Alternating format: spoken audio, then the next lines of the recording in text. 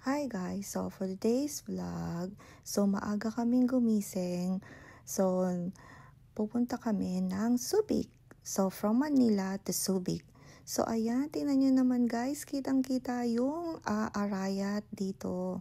So napakaganda. And then, bago kami dumiretso ng Subic, nag-stop by muna kami dito sa Pancake House para mag-breakfast. So, ito yung itsura ng restaurant. At tingnan nyo naman guys, may bibingka pancakes. So, comment down below kung na-try nyo nang kumain ng bibingka pancake dito sa Pancake House. Ayan, dumating na yung in-order namin. Pati yung tini G-style. So, ayan. At ito pa yung mga in-order namin for breakfast. At sa akin, syempre, chicken and waffles. Ayan. After namin mag-breakfast, back to the road on the way to Asea Subic. Ayan, malapit na kami nung time na ito. Actually, nakatulog din ako. Ayan, nandito na kami sa Asea. And comment down below kung ano yung experience ninyo dito sa Asea at ano yung mga activities na ginawa ninyo. So, that time, iniisip nila na mag-jet ski aside sa mag-swimming sa ocean at sa pool.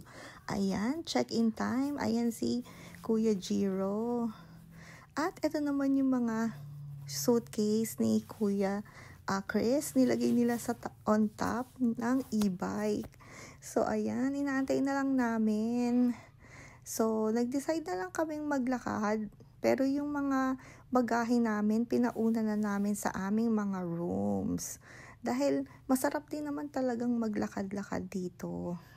So, ayan, ang sesena namin, di ba guys?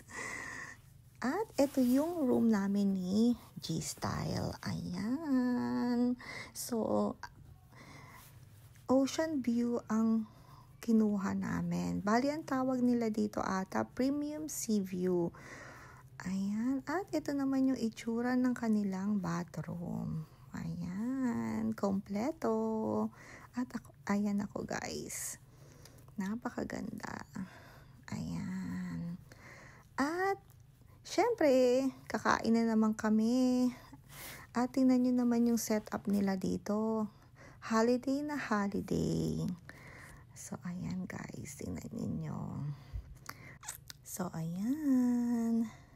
And then, after namin kumain, so nag-iya silang pumunta dito sa game area or play area. Meron silang ping pong, football, billiards, pero gusto nila G-style na mag-ping pong. So, ayan, tingnan ninyo guys. Naantay lang ni G-style si Kuya Chris kasi kinuha niya yung pang ping pong. So, ayan, nag-start na silang maglaro. Sa tingin niyo guys, sinong mananalo sa kanila? O, diba? Ayan, tingnan natin silang maglaro. Ayan, napakasaya. So, comment down below kung mahilig din kayong mag-ping-pong. And then, after nilang maglaro, ayan, naglakad-lakad kami banda dito sa beach. Ayan. At meron silang magandang Christmas tree at gazebo. And, ayan, napakaganda ng view, guys. Sunset. Ayan. So, inaantay lang namin yung ibang mga relatives namin na bumaba. Dahil nagre-ready din naman sila. Kaka-check-in din naman din nila. So, ayan. Asaya. At ito naman yung kanilang pool. Ayan. Nagyayaya na silang mag-swimming. Hindi ako nakapag-swimming kasi guys, medyo malamig na yung water. So, magpipicture na lang ako dito at magvi-video. O, ayan, si Kuya Paulo at si Ate Iya kasama si G-Style. So, ayan. At ito naman sila.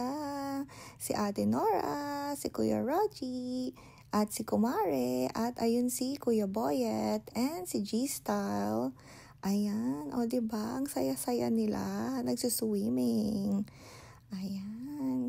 So, kahit malamig, tuwang-tuwa sila.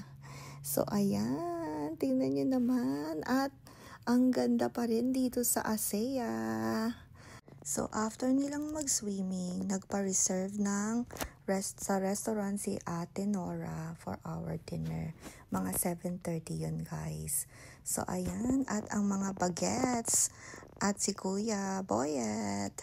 So, yan. Relax na relax talaga sila. Chill na chill lang. Ang bawat isa ay talagang nag-e-enjoy dito sa ASEA. Ayan. Tingnan nyo naman, guys. Nakakatawa kasi hindi naman birthday ni Kuya Rogie. Pero sinelebrate namin yung birthday niya. So lahat naman kami ay tuwang-tuwa. So ayan, tingnan nyo, guys. At tatayo si Kuya Rogie para mag-thank you. Alright, guys. Thank you guys for watching. See you guys next time. Bye-bye.